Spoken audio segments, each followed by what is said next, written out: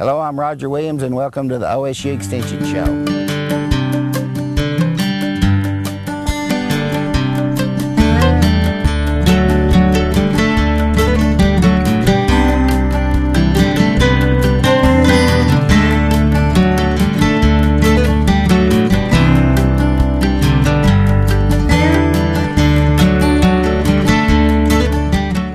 Hello, we're out here at GoYe Village. We're with 3 of their gardeners. We're going to take a look at their individual gardens today, look at some of their growing practices, and then later we're going to take a real good look at a soil sample and that was taken out here a couple years ago and kind of go through some of the specifics of it.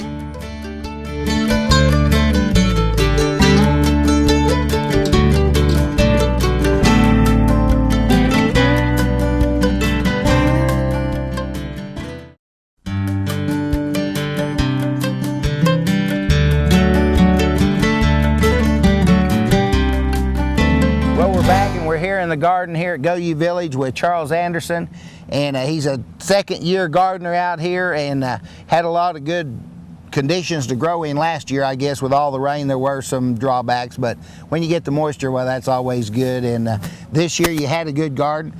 Tell us a little bit about what you started with last year and then what you expanded into and some of the things that you've learned. Okay. They said you talked to a lot of people and read a lot and kind of educated yourself, so let us in on some of that. You know, we have some folks here that have a lot of experience, and they were very encouraging to me. This section we're standing in right here was basically a weed patch because they didn't have anybody using it the year before I came. And so they invited me to put something in. And I started at that end thinking, well, I'll just use a little piece of this. And as I started to try different things, I ended up with the whole section last year. And I've tried to put in some things, some perennial plants that I can enjoy for the years to come.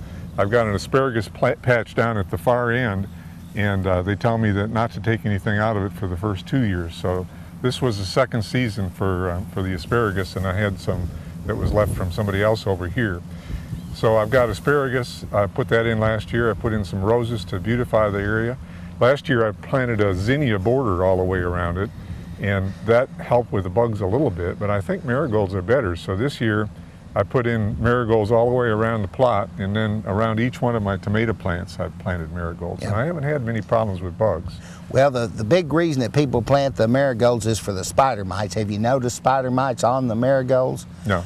We had a pretty good infestation of spider mites during the hottest part of the summer. That's what they really like. So maybe you... So they actually like the marigolds? They like the marigolds, and they'll go to the marigolds, and so that's why a lot of people plant them, is they scout those marigolds to see if they're spider mites or not.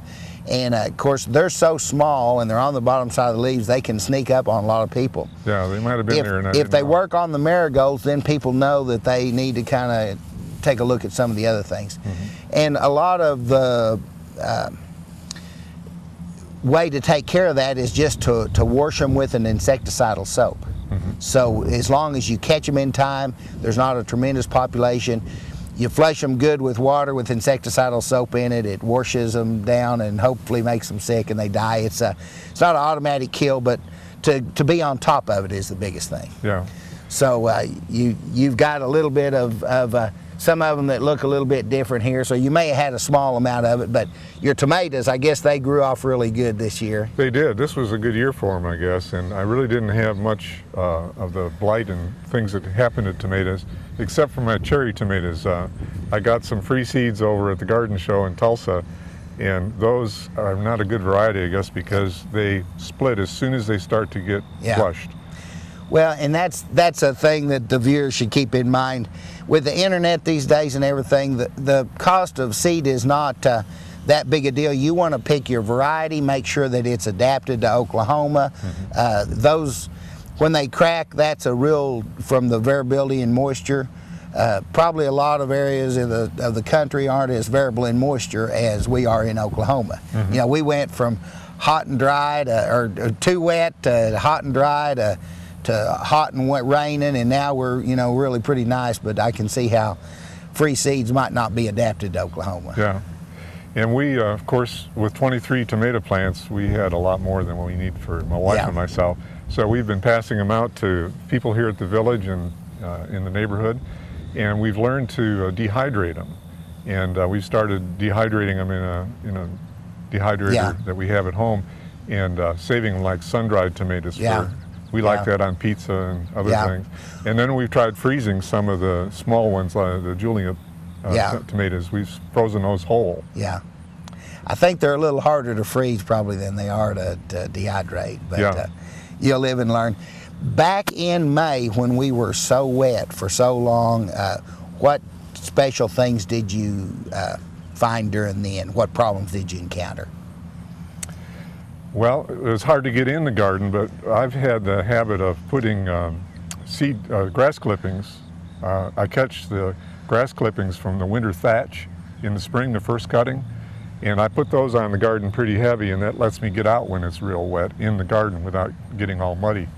And the disadvantage is that I had a little bit of Bermuda seed in there, I suppose, and so I've had to fight that back some. Yeah.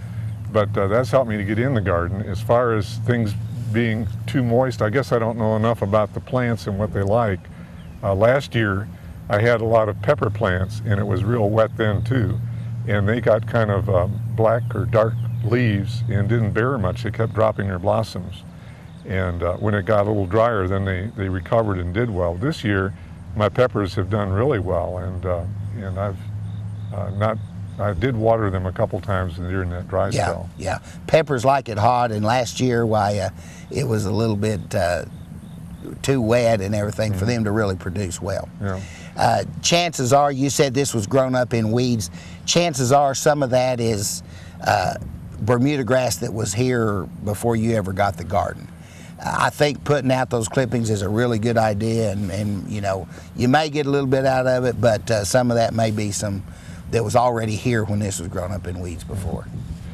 Last year I experimented towards the end of the season when my corn was finished. I chopped it up and plowed it back in, and then I planted cowpeas to try to get some nitrogen in the soil.